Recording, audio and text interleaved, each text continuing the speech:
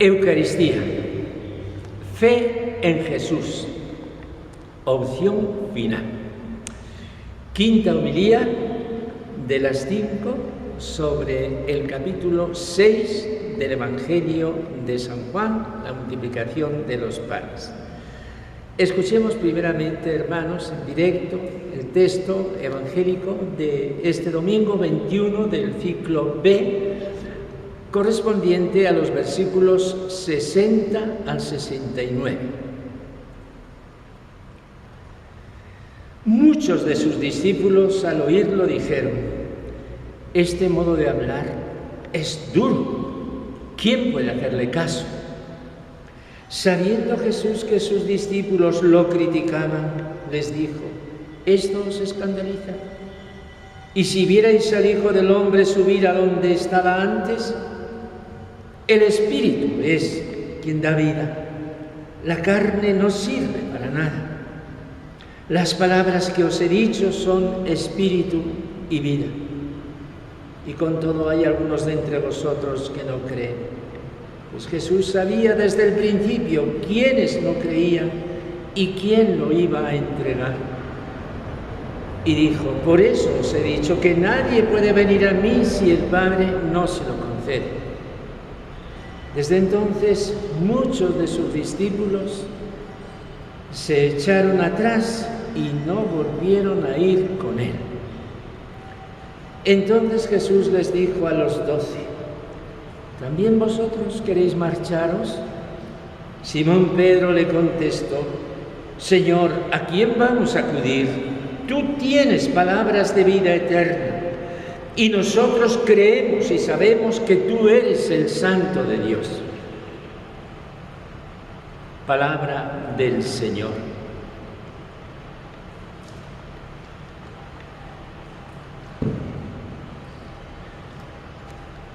Hermanos, este pasaje final del capítulo 6 del Evangelio de San Juan es el remate dramático de la multiplicación de los panes. El discurso de Jesús en la sinagoga de Cafarnaúm ha sido tenso en las reacciones que ha provocado, y al final hay una especie de estallido. No se trata de ninguna agresión física, no es un rechazo agresivo, como ocurrirá en capítulos posteriores cuando quieren echarle mano a Jesús y apedrearle.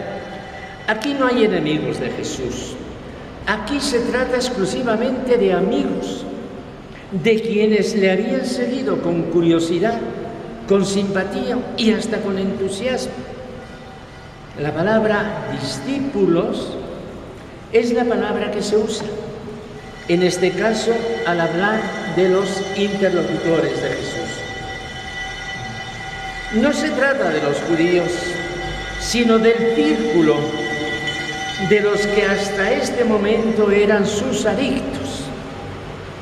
Y este rasgo es precisamente lo que da gravedad a la escena. Se hace una criba. Vamos a ver quién es discípulo de Jesús y quién no es. ¿Qué pasaría, hermanos, si entre nosotros, que somos discípulos de Jesús, que hemos venido a la iglesia por eso, porque somos católicos e incluso católicos practicantes, qué pasaría si hacemos un examen para saber quiénes quedan y quiénes se van? Escuchemos de nuevo la primera frase del Evangelio. Muchos de sus discípulos al oírlo dijeron: este modo de hablar es duro, ¿quién puede hacerle caso? Ya veis, eran muchos y eran de sus discípulos. Este lenguaje era duro, hasta el punto que se preguntaban: ¿quién puede hacerle caso? Y sin embargo Jesús no había pedido ninguna exigencia de muerte. No se trataba de dejar al padre o a la madre para seguir. No había que hacer ninguna cosa heroica que arriesgara nuestra vida. Aparentemente Jesús no pedía nada. No es así, hermanos. Jesús estaba pidiendo el todo. Estaba pidiendo la fe total en Él. Estaba hablando de su Padre y Él se ponía en el mismo rango divino. Estaba recordando a Moisés y Él era una alternativa superior. En realidad, bien considerado, estaba pidiendo lo que más podía pedir: creer en Él como Hijo de Dios. Muchos de sus discípulos al oírlo dijeron: este modo de hablar es duro, ¿quién puede hacerle caso? Y la consecuencia nos dice el Evangelio cuál fue. Desde entonces, muchos de sus discípulos se echaron atrás y no volvieron a ir con Él. Sencilla y limpiamente dejaron de ser discípulos de Jesús y prefirieron ser discípulos de la ley y volvieron a ser discípulos de Moisés. Y de una manera tan expresiva lo señala el Evangelio. Se echaron atrás y no volvieron a ir con Él. La verdad es que nos da pavor que un examen así se hiciera entre los discípulos para saber quiénes son de verdad discípulos de Jesús y quiénes no lo son, aunque lleven el nombre, porque un día fueron bautizados.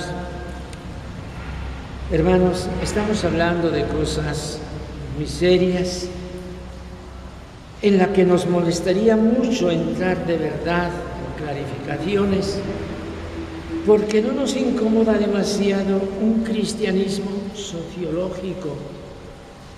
¿A quién puede hacer mal el que la fe esté llena de folclore, de fiestas, de celebraciones vistosas?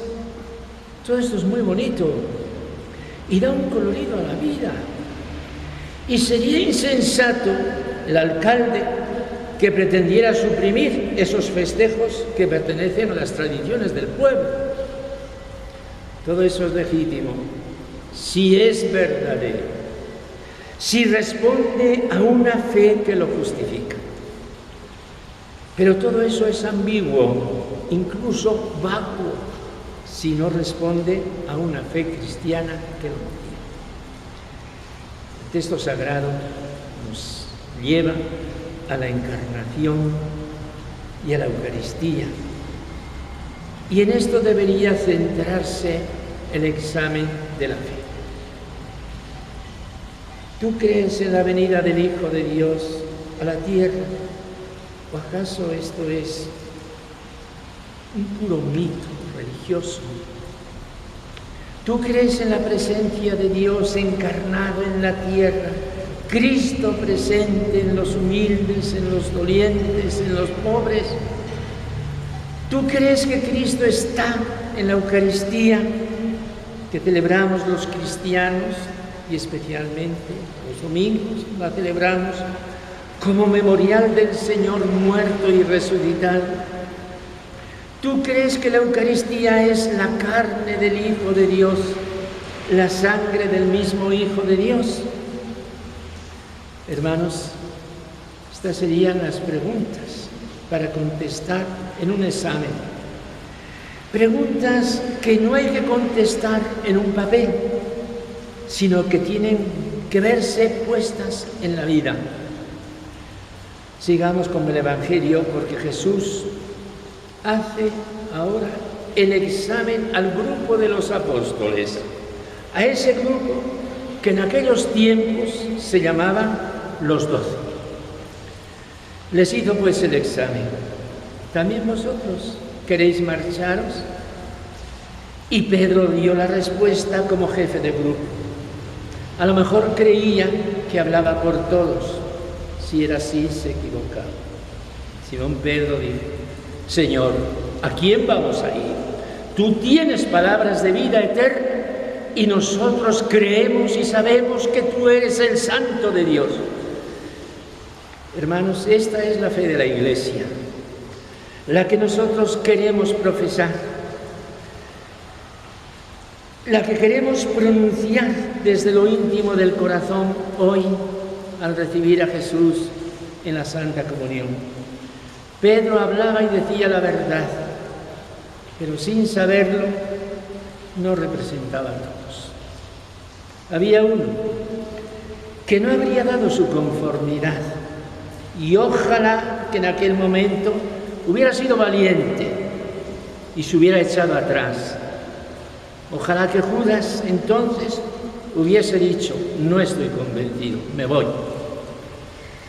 Estamos hablando de una imaginación, claro, pero legítima, me parece, de algo que no se dio y que es un profundo misterio, lo que cada uno lleva dentro de su propio corazón. Dejémoslo y vamos a centrarnos para concluir solo en la confesión de Pedro. Con mucha humildad, hermanos, con sinceridad y amor, ahondando en el Evangelio de hoy, digámosle a Jesús dos cosas. Primero, Jesús, yo quiero creer y creo en tu divinidad, que se manifiesta en la encarnación, en la Eucaristía, en lo que tú llamas tu subida a donde estabas antes, que se cumplió en tu santa resurrección.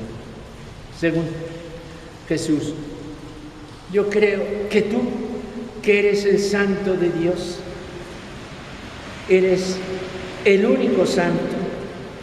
Yo creo que tú tienes palabras de vida eterna y que en tus manos está el camino de mi vida. Hermanos, este es el final de las 5 homilías sobre el Evangelio del pan de vida. El Señor nos conceda esta gracia, pidámosle con confianza para cada uno y para todos.